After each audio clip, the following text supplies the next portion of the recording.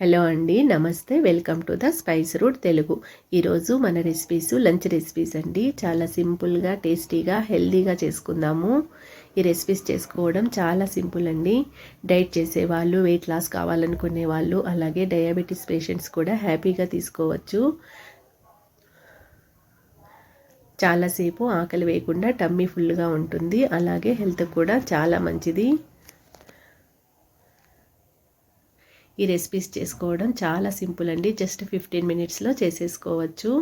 ముందుగా మనం చపాతీ పిండిని కలిపి పెట్టుకుందాము. ఇక్కడ నేను 1/2 కప్ గోధుమ పిండి తీసుకున్నాను, అలాగే 1/2 కప్ ఓట్స్ తీసుకున్నాను. వీటిని మిక్సీలో వేసుకొని మెత్తగా పౌడర్ చేసుకోవాలి. ముందుగానే పిండి కలిపి పెట్టుకుంటే మిగతా రెసిపీస్ చేసే లోపల ఈ పిండి మనకు నానుతుంది. ఒక 1/2 టేబుల్ స్పూన్ నువ్వులు వేసుకోవాలి. అలాగే కొద్దిగా మెంతికూరను చిన్న చిన్న ముక్కలుగా కట్ చేసుకుని వేసుకోవాలి. ఇక్కడ నేను చేసే రెసిపీస్ అన్నీ ఒక 4 మెంబర్స్కు కరెక్ట్గా సరిపోతాయండి. అలాగే కొద్దిగా ఉప్పు వేసుకోవాలి, చాలా కొద్దిగా వేసుకోవాలి. కర్రీస్లో కూడా ఉప్పు ఉంటుంది కదా, పూర్తిగా లేకుండా కూడా చేసుకోవచ్చు. కొద్దిగా వాటర్ వేసుకొని ఈ పిండిని చపాతీ పిండిలాగా మెత్తగా కలుపుకోవాలి. ఓట్స్ వేసుకున్నాం కదా, పిండి కొద్దిగా జిగురుగా ఉంటుంది. ఈ విధంగా పిండి కలుపుకున్న తర్వాత పైన కొద్దిగా నెయ్యి అప్లై చేసుకోవాలి.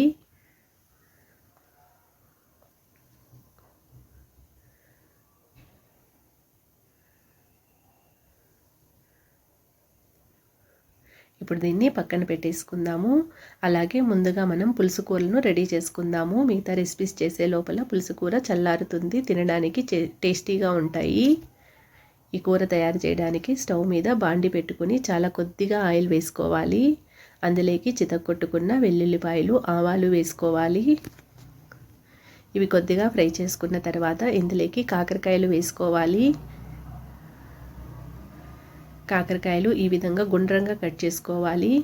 గింజలు అలాగే ఉంచేయాలి. గింజలతో సహా చేసుకుంటేనే ఈ కర్రీ చాలా టేస్టీగా ఉంటుంది. కాకరకాయలు వేసుకున్న తర్వాత ఉల్లిపాయలు వేసుకోవాలి. ముందుగానే ఉల్లిపాయలు వేసుకుంటే కాకరకాయలు ఫ్రై అయ్యే లోపల మాడిపోతాయి. అందుకని కాకరకాయలు, ఉల్లిపాయలు ఒకేసారి వేసుకొని ఫ్రై చేసుకోవాలి. మూత పెట్టుకుని మంటను సిమ్లో పెట్టుకోవాలి. మధ్య మధ్యలో కలుపుకుంటూ ఒక 60% ఫ్రై అయ్యే వరకు ఫ్రై చేసుకోవాలి.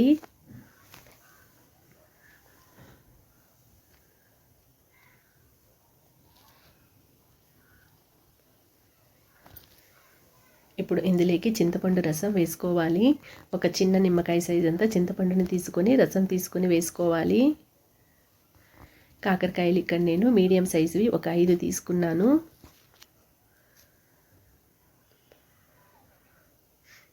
ఒకసారి కలుపుకొని వాటర్ అడ్జస్ట్ చేసుకోవాలి. మనకు కాకరకాయలు మునిగే వరకు వాటర్ ఉంటే ఉడికే లోపల కూర కరెక్ట్గా వస్తుంది. అవసరమైతే మరి కొంచెం వాటర్ వేసుకోవాలి. ఇందులోకి రుచికి తగిన ఉప్పు, ఒక 1/2 టేబుల్ స్పూన్ పసుపు, ఒక 1/2 టేబుల్ స్పూన్ ధనియాల పొడి, మనం తినే కారాన్ని బట్టి కారం వేసుకోవాలి. అలాగే 1.5 టేబుల్ స్పూన్ పల్లీల పొడిని వేసుకోవాలి. ఈ పొడి వేసుకోవడం వలన కూర కమ్మగా ఉంటుంది.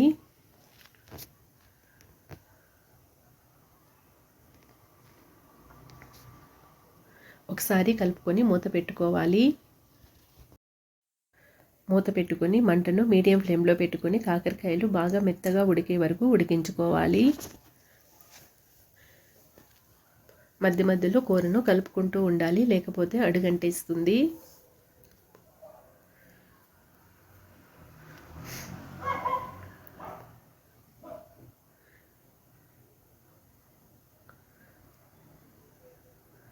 కాకరకాయలు ఇప్పుడు మనకు బాగా మెత్తగా ఉడికిపోయినాయి. ఒక కాకరకాయను పట్టుకొని చూస్తే తెలుస్తుంది.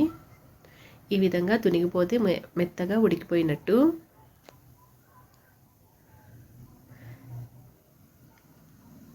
ఇప్పుడు ఇందులోకి ఒక 1/2 టేబుల్ స్పూన్ మెంతి పొడిని వేసుకోవాలి. అలాగే కట్ చేసి పెట్టుకున్న పుదీనా, కరివేపాకు వేసుకోవాలి. కూర ఒకసారి కలుపుకున్న తర్వాత స్టవ్ ఆఫ్ చేసేసుకొని మూత పెట్టేయాలి. అలాగే ఇప్పుడు మనం ఆకుకూర కాంబినేషన్లో ఎగ్ ఫ్రై చేసుకుందాము. ఈ ఫ్రై కోసం స్టవ్ మీద బాండి పెట్టుకొని 1 టేబుల్ స్పూన్ ఆయిల్ వేసుకోవాలి. ఆయిల్ తక్కువగా వేసుకోవాలి. ఇప్పుడు ఇందులోకి 1/4 టేబుల్ స్పూన్ జీలకర్ర వేసుకోవాలి. జీలకర్ర కొద్దిగా ఫ్రై అయిన తర్వాత ఆనియన్స్ వేసుకోవాలి.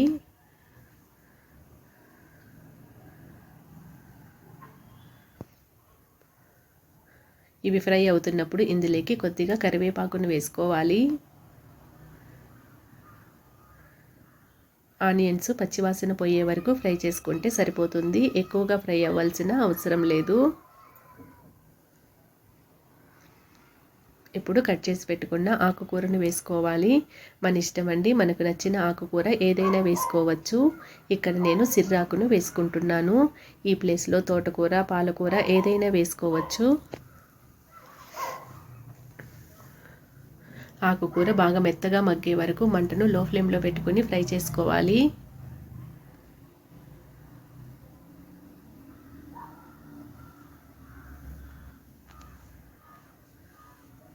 ఈ విధంగా మెత్తగా మగ్గిన తర్వాత ఇందులోకి రుచికి తగిన ఉప్పు వేసుకోవాలి. ఉప్పు తక్కువగా పడుతుందండి. ఆకుకూరలో, ఎగ్గులో కూడా కొద్దిగా ఉప్పు ఉంటుంది. అలాగే 1 చిటికెడు పసుపు, 1/4 టేబుల్ స్పూన్ ధనియాల పొడి, కొద్దిగా కారం వేసుకోవాలి. కారం ఎక్కువగా వేసుకోకూడదు. తర్వాత మనం పెప్పర్ పౌడర్ కూడా వేసుకుంటాము. ఒకసారి కలుపుకున్న తర్వాత ఇందులోకి ఎగ్స్ని వేసుకోవాలి. నేను ఇక్కడ 4 ఎగ్స్ని వేసుకుంటున్నాను. ఎగ్స్ని ఒక బౌల్లోకి పగలగొట్టుకొని వేసుకోవాలి. డైరెక్ట్గా వేయకూడదు, పెంకులేమీ రాకుండా ఉంటాయి. అలాగే వేసిన వెంటనే కలపకూడదు. 1 నిమిషం అలాగే ఉంచేసి కలుపుకోవాలి. ఈ స్టేజ్లో మనకు అడుగంటున్నట్లు అనిపిస్తే 1 టేబుల్ స్పూన్ ఆయిల్ వేసుకోవాలి.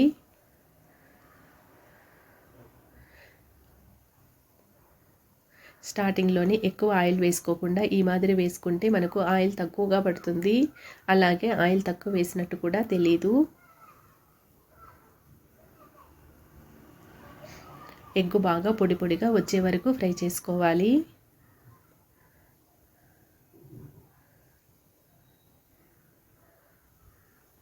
ఇది ఫ్రై అవుతున్నప్పుడు ఇందులోకి 1/4 టేబుల్ స్పూన్ మిరియాల పొడిని వేసుకోవాలి. మిరియాల పొడి వేసుకోవడం వల్ల ఎగ్ స్మెల్ లేకుండా టేస్టీగా ఉంటుంది. బాగా పొడి పొడిగా అయ్యే వరకు ఫ్రై చేసేసుకొని స్టవ్ ఆఫ్ చేసుకోవాలి. మనకు ఎగ్ ఫ్రై కూడా రెడీ అయిపోయింది. దీన్ని పక్కన పెట్టేసుకుందాము. ఇప్పుడు ఇక్కడ సంగటి చేసుకుందాము. సంగటి కోసం స్టవ్ మీద ఒక గిన్నె పెట్టుకొని గ్లాస్తో 2.5 గ్లాస్ వాటర్ వేసుకోవాలి. అందులోకి కొద్దిగా ఉప్పు వేసుకోవాలి. 1 కప్పులోకి రాగి పిండిని 1 టేబుల్ స్పూన్ తీసుకొని కొద్దిగా వాటర్ వేసుకొని పేస్ట్ లాగా కలుపుకోవాలి. 2.5 గ్లాస్ వాటర్ వేసుకొని సంగటి చేసుకుంటే 4 మెంబర్స్కి కరెక్ట్గా సరిపోతుంది. ఎసురు బాగా మరిగిన తర్వాత మనం కలిపి పెట్టుకున్న రాగి పిండిని వేసుకోవాలి. వేసిన వెంటనే గంటితో కలుపుకోవాలి, లేకపోతే అడుగున గడ్డలు కట్టేస్తుంది. ఇప్పుడు ఇందులోకి పొడి పిండిని కొద్దిగా వేసుకుంటూ కలుపుకోవాలి. నాకు ఇక్కడ 2.5 గ్లాసు వాటర్కి ఈ కప్పుతో 1.5 కప్పు రాగి పిండి పట్టింది. కంటిన్యూస్గా కలుపుతూనే ఉండాలి, లేకపోతే ఉండలు కట్టేస్తుంది. దీన్ని కరెక్ట్గా కలుపుకోవడమే పెద్ద టాస్క్. పిండిని కొద్దిగా వేసుకుంటూ చూసుకుంటూ కలుపుకోవాలి. ఇంత కొలతని ఏమీ ఉండదు.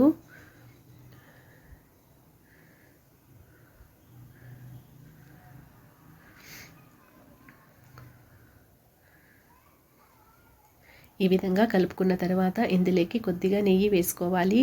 నెయ్యి వేసుకోవడం వలన చల్లారిన తర్వాత కూడా సంగటి మెత్తగా ఉంటుంది, గట్టిగా అవ్వకుండా చాలా సాఫ్ట్గా ఉంటుంది. ఈ స్టేజ్లో ఉంటే సరిపోతుంది. చల్లారిన తర్వాత ఇది కొద్దిగా గట్టిపడుతుంది. ముందుగానే మనం గట్టిగా చేసేసుకున్నామంటే చల్లారిన తర్వాత చాలా గట్టిగా అయిపోతుంది, తినలేము. ఇప్పుడు చెయ్యి తడుపుకొని చుట్టూ ఉన్న పిండిని తీసేసుకోవాలి. చల్లారిన తర్వాత అది ఎండిపోయినట్టు అయిపోతుంది. మనము వేడిగా ఉన్నప్పుడే తీసేసుకోవాలి. చెయ్యిని నీటిలో తడుపుకొని చేసుకోవాలి, లేకపోతే కాలుతుంది. ఈ విధంగా ప్రెస్ చేసుకొని మూత పెట్టేసుకోవాలి. చూడండి ఫ్లఫీగా వస్తుంది సంగటి, తినడానికి కూడా చాలా మెత్తగా సాఫ్ట్గా ఉంటుంది. స్టవ్ ఆఫ్ చేసేసుకొని పక్కన పెట్టేసుకుందాము. ఇప్పుడు మనం చపాతీ రెడీ చేసుకుందాము. చపాతీ పిండి మనకు బాగా మెత్తగా నానిపోయింది. ఇప్పుడు చిన్న చిన్న ఉండలుగా తీసుకొని పొడి పిండి చల్లుకుంటూ ఉత్తుకోవాలి. వీటిని మామూలు చపాతీలాగా ఫాస్ట్గా రుద్దకూడదు. మనం ఓట్స్ వేసుకున్నాం కదా, కొద్దిగా జిగురుగా ఉంటుంది, పొడిపిండి ఎక్కువగా పడుతుంది. మెల్లిగా ప్రెస్ చేసుకొని రుద్దుకోవాలి.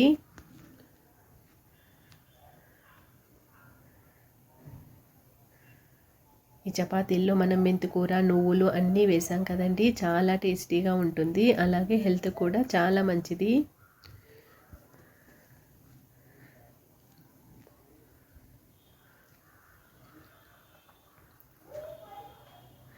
ఈ విధంగా చపాతీని రుద్దుకున్న తర్వాత పెనం మీద వేసుకొని కాల్చుకోవాలి. పెనం వేడెక్కిన తర్వాత కొద్దిగా నెయ్యి వేసుకొని బ్రష్తో అప్లై చేసుకోవాలి. ఈ చపాతీలు నెయ్యితో కాల్చుకుంటే చాలా టేస్టీగా ఉంటాయి. చపాతీని వేసుకొని పైన కూడా కొద్దిగా నెయ్యి వేసుకొని బ్రష్తో అప్లై చేసుకోవాలి.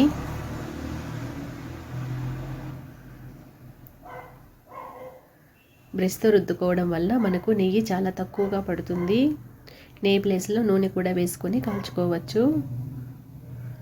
అటు ఇటు తిప్పుతూ రెండు వైపులా కాల్చుకోవాలి. ఈ చపాతీలు వేడిగా ఉన్నప్పుడే తినేయాలి, సాఫ్ట్గా ఉంటాయి. కొద్దిగా చల్లారిన తర్వాత గట్టిగా అయిపోతాయి. మనం తినాలనుకున్నప్పుడు అప్పటికప్పుడు చేసుకుంటే సరిపోతుంది.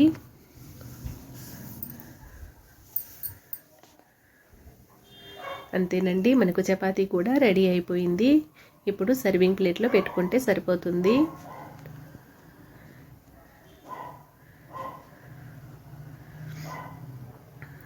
చూసారు కదా, చాలా సింపుల్గా లంచ్ రెసిపీస్ ఎలా తయారు చేసుకోవాలి.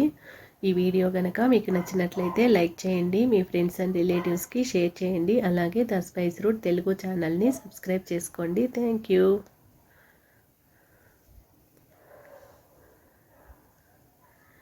అన్నీ హెల్తీ రెసిపీసేనండి, చాలా హెల్తీ అలాగే టేస్టీగా కూడా ఉంటాయి. ఒకసారి ట్రై చేయండి.